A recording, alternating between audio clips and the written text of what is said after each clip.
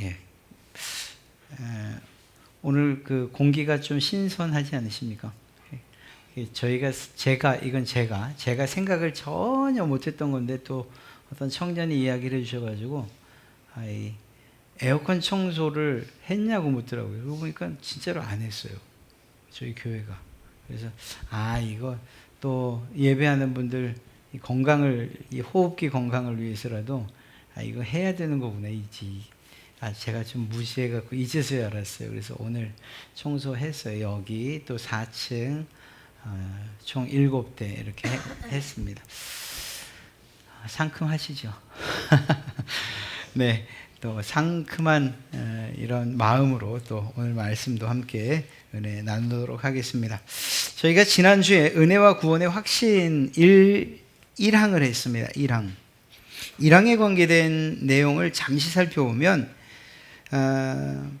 우리가 일반적으로 은혜 상태에 있으나 우리가 구원받았다는 것을 확신하지 못하는 그런 경우가 많다. 그래서 우리가 최종적으로 원하는 것은 실제로 은혜의 상태에 있고 또 더 나아가 나 자신의 구원에 대해서도 확신하는 사람들로 살아가야 한다. 가장 주의해야 될 것은 무엇이냐? 구원받지 않았음에도 불구하고 자기 자신이 구원받았다고 착각하는 자리에는 있어서 안 된다라는 사실을 이야기했습니다. 그렇다면 이런 잘못된 확신에 혹시 이르게 된다면 그 이유는 무엇일까? 그것은 바로 구원에 대한 잘못된 이해를 가지고 있기 때문이다. 그래서 구원에 대한 올바른 이해를 갖는 것이 중요하다. 이러한 이야기들을 했습니다. 오늘은 두 번째, 세 번째 항목을 살피고 마지막 항목은 다음 주에 다시 한번 또 살펴보려고 합니다. 원래 이 항문들, 즉 이 2항, 3항 이런 항목들을 좀 살펴보면 좀 어렵게 풀이가 되어 있어요. 그것을 제가 좀 쉽게 여러분들과 나누려고 하는 것입니다. 2항을 살펴보면 이렇습니다. 이러한 확실성은 속기 쉬운 소망에 근거한 단순한 추측과 그럴듯한 신념이 아니라 구원 약속에 대한 신적인 진리에 기초한 신앙의 무오한 확신이다. 이 확신은 구원의 약속들에 대한 신적인 진리와 이 약속들이 주어진 은혜에 대한 내적 증거와 우리의 영과 함께 우리가 하나님의 자녀인 것을 증언하는 양자의 영의 증거에 기초를 두고 있다. 이 성령은 우리 기업에 대한 보증이시며 이 성령으로 말미암아 우리는 구속의 날까지 인치심을 받는다. 쉽게 말하면 우리가 이제는 내가 은혜와 구원에 대한 확신을 가지고서 살 수 있어 라고 말할 때에 만약 그러한 이 자신감과 그리고 또 그러한 고백이 만약에 그냥 내가 생각하기에 막연한 어떤 추측이나 혹은 나만의 신념에 근거한 것이라면 그것은 위험하다는 것이에요. 우리가 반드시 은혜와 구원의 확신을 가지고 살아야 하지만 그것에 대한 확실성의 기반은 우리가 아니라 우리 사람이 아니라 하나님이어야 한다는 사실을 이야기하고 있는 것입니다.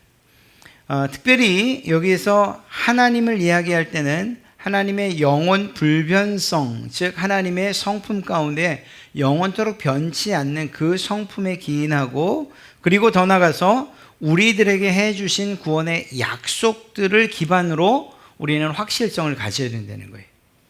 그러니까 나는 구원받았어 라고 하는 것이 단순하게 누군가가 묻는 이야기, 당신은 언제 구원받았습니까? 어떻게 구원받았습니까? 구원받은 게 확실합니다 라고 말하는 다른 사람들이나 혹은 내 안에서 이야기하는 나는 이러이러하니까 구원받았을 거야. 내가 그래도 모름지기 목사인데 장로인데 내가 지금 믿은 게 40년인데 이러한 나 자신이 기초가 되는 어떤 근거나 추측이나 신념, 이것들은 우리가 내가 구원받았어 라고 말하는 이 확실성, 이것을 지탱해주는 근거가 될 수 없다는 거예요. 우리가 흔들리지 않을 수 있는 단 한 가지 이유는 그 기초가 튼튼하기 때문인데 그 기초가 누구냐? 바로 예수 그리스도이셔야 한다는 사실입니다. 모래 위에 집을 지은 사람과 반석 위에 집을 지은 사람 차이가 무엇입니까? 그리고 그 결과는 어떻게 나타납니까? 모래 위는 무너질 수 있는, 쓸려 내려갈 수 있는 약한 기초를 가지고 있다는 것이고, 반석은 그 어떤 것도 견뎌낼 수 있는, 설령 집이 무너진다고 해도 반석은 그대로 있는, 바로 이러한 든든함에 기초하는 것이죠. 우리의 생각이나 우리의 추측이나 신념은 마치 모래 위에 집을 짓는 것 같아 이렇게 생각해도 다르지 않을 것입니다. 그렇다고 한다면 흔들림 없는 죄송합니다. 흔들리지 않는 그러한 반석과 같은 그 기초는 무엇이냐? 하나님의 영원토록 변하지 않는 성품, 그리고 그 성품에 기인한 우리와의 약속, 구원의 약속. 그러니까 우리는 변해도 하나님은 변하지 않는 분이시다라는 이 사실이 기초해야 된다는 거예요. 이 말을 이야기하고 있는 거예요. 그러니까 당신 구원받았습니까? 얘가 제가 생각하기에 내 마음이 막 뜨겁고, 기도할 때 뜨겁고, 봉사할 때 즐겁고, 예배할 때 막 이 황홀경에 빠지고, 이런 것들은, 이런 감정들은 단순하게 내가 구원받았습니다라고 말하는 것들에 대한 내 생각과 내 추측과 그리고 내 신념일 수 있다는 사실이에요. 이 감정보다 더 앞선, 그리고 그것과는 비교할 수 없는 든든한 반석이 우리에게 필요한데, 그것이 무엇이냐? 바로 예수 그리스도이시요, 또한 그 구원을 약속해 주신 하나님의 영원 불변하심이어야 한다는 거죠. 그러니까 우리 편에 있는 것이 아니라 하나님 편에서 흔들림 없는 확실성의 근거를 찾아야 한다라는 이야기입니다. 이것을 좀 풀어서 이야기하면 이렇습니다. 은혜와 구원의 확신은 우리 인간의 맹목적인 소망에 근거한 단순한 추측이나 신념이 아닌 오류가 없는 신앙의 확신에 근거한다. 여기서 굳이 오류라고 이야기한 이유는 하나님 그분이 무오하신 분이시기 때문이에요. 하나님은 영원한 진리이시고 참이시죠. 그러니까 하나님에게서는 잘못된 것을 찾을 수가 없어요. 영원한 의로움이셔요. 불의를 찾을 수가 없어요. 그분은 모든 계획에 있어서나 또한 모든 일들을 행해 나감에 있어서 완전하셔요. 그분의 지혜가 완전하시기 때문이에요. 그러니까 그러한 완전하신 하나님에게서 어떤 오류도 발견할 수 없다는 것입니다. 그러니까 우리가 하나님을 제대로만 신앙한다면 우리의 신앙도 역시 이러한 오류가 아니라 하나님의 완전 무결하심 그리고 완전하심에 기초할 수 있다라는 것입니다.